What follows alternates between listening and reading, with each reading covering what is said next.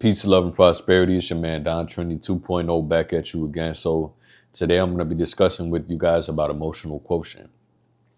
Now I have spiritual warfare up here because spiritual warfare ties in when it comes to emotional quotient. And how is that? Well, if your emotions are suppressed and you're feeling sad, lonely, depressed, and down, that gives room and opportunities for negative entities to wreak spiritual warfare against you. You're opening up doors in that way. And I'm not saying it to be negative or anything. I'm just saying it because it's the truth. So first thing I want to do is explain to you guys what emotional quotient means. Emotional quotient refers to a person's ability to understand and manage their own emotion, as well as understand and empathize with the emotions of others.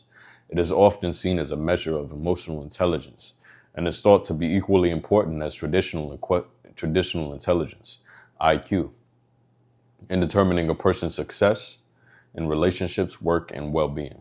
A high EQ can help individuals communicate effectively, navigate social situations, and make better decisions on their emotions and their emotions of those around them.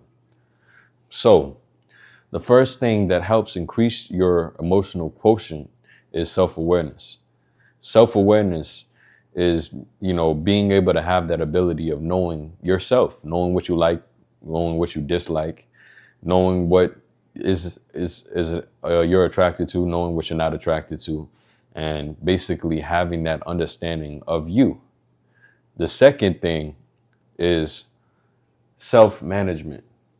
Self-management is basically a lot of people know themselves, but they don't know how to manage what they know and what they feel. And that's where their lack of constructive habit development comes into play because of their lack of discipline within ourselves to manage what it is we know and feel from having self-awareness. So managing what it is we know and feel from having self-awareness. How can a good example of that is, say, for instance, you are driving your car, right? And all of a sudden it starts making a loud noise from the engine. Now, you think that you might know what the problem is, and you start to feel a certain type of way because you're like, oh my gosh, I think it's the brake line or something like that. Or maybe I think it's the engine or whatever. You think that you know what the situation is, and then you start to feel a way because of what you're dealing with in that moment. So in that situation, right there is an opportunity where you can utilize self-management. Instead of beating yourself up about what it is that you're dealing with in this situation with your car, manage how you're feeling and at that moment in time, so you can know what the truth is in regards to the diagnostics of, what you're dealing with your vehicle. So that is an example of self-management. I have other examples, but that was the one I could think of like right off the top of the head. So basically managing what you know and what you feel and not allowing that to get the best of you and overwhelm you and make you, think negative in a situation where it's not even worth doing. The next one is going to be social awareness. Social awareness is basically being present, able to see how other people truly move, using discernment, utilizing self-awareness to see how you may impact others or how others impact you, whether positive or negative. If you're an empath like me, it's something that comes naturally. But that's what social awareness implies. Now, relationship management applies to when you're dealing with people in your life that you interact with on a daily basis. And say, for instance, you got a friend, and every time you have a conversation with that friend, the conversation always ends up turning out to be something that's negative. There's nothing that you're learning or gaining from it.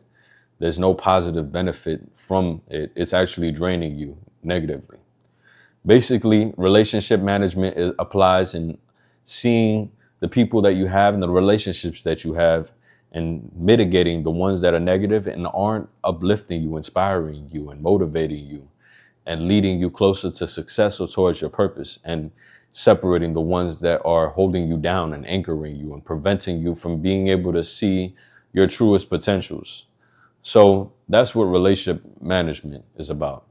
Now, these things that I've listed, these 4 things that I've listed up here today, that are the keys towards increasing and improving your emotional quotient. These things also apply in the sense of spiritual warfare. And the reason I say that is because of the fact that if your emotions aren't in check, that leaves room for vulnerability in the spiritual realm, because of the fact that there's negative entities, whether it's sadness, depression, anger, whatever it may be. It leaves room for your house, your temple, to be inhabited because of the fact that you're moving and thinking with that type of mindset. So I hope with these keys that I provided you today, self-awareness, self-management, social awareness, and relationship management, that you can apply them to increase your emotional quotient and be stronger when you're dealing with certain things in the world that you live in on a spiritual level. It's your man, Don Trinity 2.0. Like, comment, follow. Tell me what you guys think. All right.